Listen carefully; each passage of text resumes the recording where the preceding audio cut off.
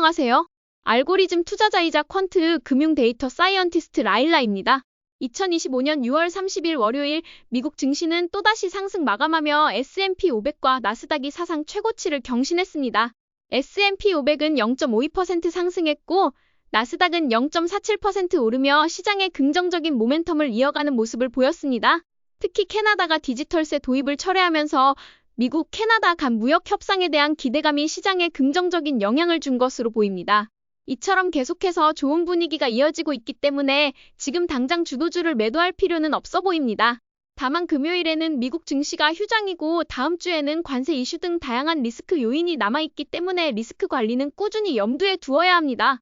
나스닥 10분 차트를 보면 장 초반 갭 상승 이후 하루 종일 횡보를 이어갔고 금요일 종가 부근의 가격이 도달하자마자 자금이 들어오면서 그 뒤로 장 마감할 때까지 자금이 유입되면서 상승 마감한 것을 확인할 수 있습니다. S&P 500 지수는 정고점을 돌파한 뒤 안정적인 흐름을 유지하고 있으며 현재 50일 이동평균선과 200일 이동평균선이 골든크로스를 이루기 직전입니다.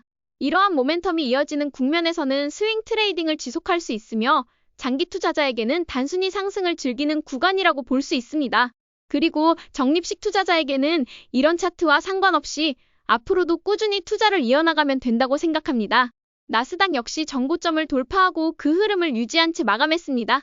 연속 상승이 이어지고 있어 어느 시점에서 쉬어감이 나와도 이상할 것은 없지만 이번 주에는 특별히 나쁜 뉴스가 없어 긍정적인 시장 분위기를 즐길 수 있을 것으로 보입니다. 하지만 금요일이 휴장이기 때문에 수요일과 목요일에 매도세가 나올 수 있으므로 리스크 관리 준비는 해두어야 합니다. 러셀 2000 지수는 다시 한번 고점을 높이며 200일 이동평균선을 상회하고 있습니다. 소형주들이 힘을 내고 있는 구간이지만 지수 자체에 투자하기보다는 개별 종목 중심의 접근이 더 적절합니다. 소형주를 투자하는 것은 리스크가 큰데 굳이 러셀 지수로 투자할 필요는 없어 보입니다. 장기 국채 금리는 오늘 또다시 하락하며 시장에 우호적인 환경을 제공하고 있습니다. 채권이 드디어 모멘텀을 얻기 시작하는 시점으로 보이나 주식이 더 강하게 상승하고 있기 때문에 채권은 여전히 현금 파킹 용도로 활용하는 것이 적절해 보입니다. 10년물 국채 금리가 하락함에 따라 채권 가격은 상승 중이며 오랜만에 상승 추세가 형성되고 있습니다. 금은 다시 한번 50일 이동평균선 부근까지 접근 중이며 장기적으로는 상승 추세가 이어지고 있는 가운데 단기적으로는 횡보 구간으로 볼 수 있습니다. 금이 횡보를 마치고 상승 전환의 조짐을 보인다면 해당 시점은 매수의 기회가 될 수 있으며 포트폴리오 내 주식 비중을 조절하는 데 활용될 수 있습니다. 비트코인은 단기 하락 추세선 안에서 움직이고 있으며 이 추세선을 상향 돌파한다면 매수 기회가 될 수 있습니다. 하지만 현재로서는 하락 추세선 내에 머물고 있기 때문에 기존 보유자는 관망하는 것이 적절해 보입니다. 공포 탐욕 지수는 여전히 탐욕 상태에 있으며 극단적 탐욕 단계까지 얼마 남지 않았습니다. 극단적 탐욕이 오면 일정 부분 경계가 필요하지만 실적이 우수한 주도주는 매도하지 않고 보유를 지속하는 것이 현명한 전략으로 보입니다. 주식의 왕, AI의 제왕인 엔비디아는 오늘 0.15% 상승하며 역대 정고점인 153달러를 돌파한 뒤 해당 구간을 유지하고 있습니다. 이처럼 고점을 돌파한 이후 가격을 지켜주는 흐름은 매우 긍정적이며 153달러 부근으로 조정이 들어올 경우 추가 매수의 기회로 보고 있습니다. 브로드컴은 오늘 2.34% 상승했습니다. 단기 이평선과의 괴리가 생기고 있기 때문에 곧 쉬어감이 나올 것으로 보입니다. 지난 3개월 동안 여러 차례 매수 타이밍이 있었고 그 시점에 매수한 투자자라면 지금은 상승을 즐기면서 추가 매수 기회를 기다리면 됩니다. AMD는 오랜만에 쉬어가고 있습니다. 매우 타이트한 박스권 내에서 가격을 다지며 단기 이동평균선들이 주가를 따라오기를 기다리는 모습이 긍정적입니다. 반도체 사이클이 지난 1년간 쉬면서 심리를 리셋한 만큼 더 높이 날아갈 확률이 높아 보입니다. 메타는 장중 역대 최고가인 739달러를 시도했고 장중 고점은 돌파했지만 종가는 약간 못 미쳐 마감했습니다. 그럼에도 불구하고 결국 돌파할 가능성이 높아 보입니다. 기존 보유자라면 신고가 돌파 구간에서 추가 매수가 가능하지만 신규 진입은 다소 부담스러울 수 있습니다. 팔란티어는 금요일의 하락이 단순히 지수 리밸런싱 이슈였음을 확인하듯 오늘 다시 상승을 이어갔습니다. 다만 지금 구간은 매수보다는 관망 혹은 보유 관점이 적절하다고 판단됩니다. 넷플릭스는 며칠째 상승 중이지만 상승 각도가 다소 가팔라졌습니다. 이 역시 보유자의 영역이며 곧 있을 실적 발표에 따라 대응하는 것이 좋습니다. 마이크로소프트는 아주 안정적으로 천천히 상승세를 이어가고 있습니다. 이미 4월, 5월에 매수를 진행한 투자자라면 지금은 그대로 보유하는 전략이 적절합니다. 빠른 수익을 원하는 투자자라면 적합하지 않을 수 있습니다. 테슬라는 오늘 약 1.84% 하락하며 일부 투자자에게 실망감을 줬지만 313에서 335달러 구간에서 지지선과 저항선을 형성하며 횡보 중입니다. 로보택시 관련 기대감이 유효하고 실제 매출은 올해 말 또는 내년부터 반영될 수 있기 때문에 실적 확인 후 매수해도 늦지 않습니다. 주요 섹터 리더들을 살펴보겠습니다. 반도체 ETF, SMH는 오늘도 천천히 상승세를 이어가며 강한 추세를 유지하고 있습니다. 개별 종목이 부담스러운 투자자에게 적합합니다. 소프트웨어 ETF, IGV는 정고점에 가까워지고 있으며 메타, 넷플릭스, 팔란티어, 스포티파이 등 주도주가 이를 견인 중입니다. 이제 주도주 친구들을 살펴보겠습니다. 시장은 여전히 상승 흐름을 이어가고 있어 긍정적으로 볼 수 있지만 일부 종목에서 급등이 나타나고 있기 때문에 주의가 필요합니다. 먼저 핀테크 리더 로빈후드는 오늘 무려 12.77% 상승하며 거래량도 급증한 가운데 장을 마감했습니다.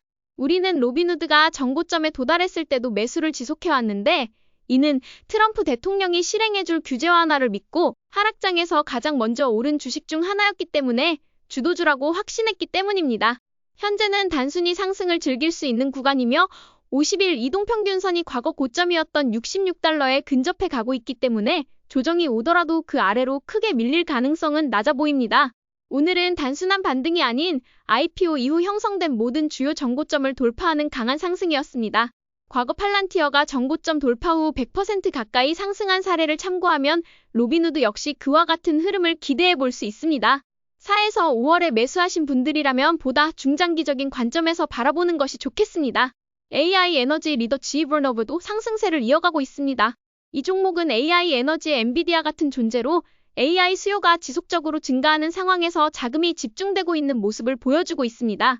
2030년까지 AI로 인한 전력 수요가 지속적으로 증가할 것으로 예상되기 때문에 장기적으로 보유할 만한 종목입니다. AI 인프라 리더 크리로 테크놀로지 역시 역대 정고점 부근에서 횡보를 이루고 있는 아름다운 가격 형성을 보여주기 때문에 보유의 관점이 적절해 보입니다. 우라늄 리더 캐메커 역시 우라늄 분야에서 사실상 독점적인 1등 기업으로 견조한 상승을 이어가고 있습니다. 단기보다는 중장기적인 시각으로 지켜볼 필요가 있습니다. 항공우주 리더 로켓랩도 최근 돌파 이후 횡보를 거쳐 다시 상승 흐름을 이어가고 있습니다. 다만 단기적으로 상승 속도가 가팔라질 경우에는 주의가 필요합니다. 그럼에도 현재로서는 보유 관점이 적절해 보입니다. 마지막으로 오늘도 QQQ 주간 차트를 보면서 마무리하겠습니다.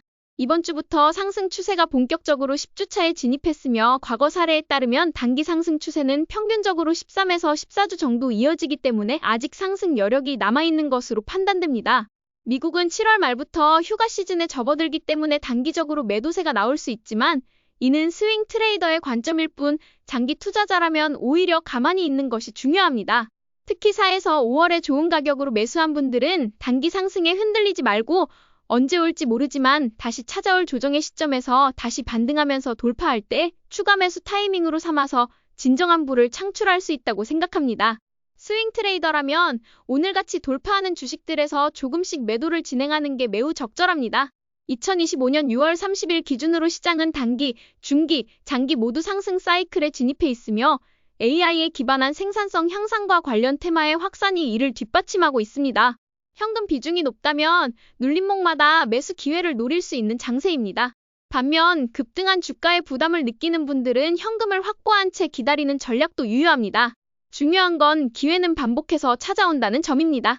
저의 기본 전략은 추세 추종입니다. 바로 무릎에서 사서 어깨에서 판다는 원칙이죠. 지금은 단기 상승 사이클 상머리에 가까워졌지만 장기 사이클 측면에서는 여전히 초기 매수 구간에 있다고 생각합니다. 생계가 걸린 자금이라면 일부 수익 실현을 통해 현금을 확보하는 것도 좋지만 그렇지 않다면 주도주를 장기적으로 보유하는 전략이 더욱 유효하다고 봅니다. 우리가 4월부터 매수해왔던 로빈후드, 넷플릭스와 같은 종목들이 강하게 돌파 상승을 이어가고 있습니다.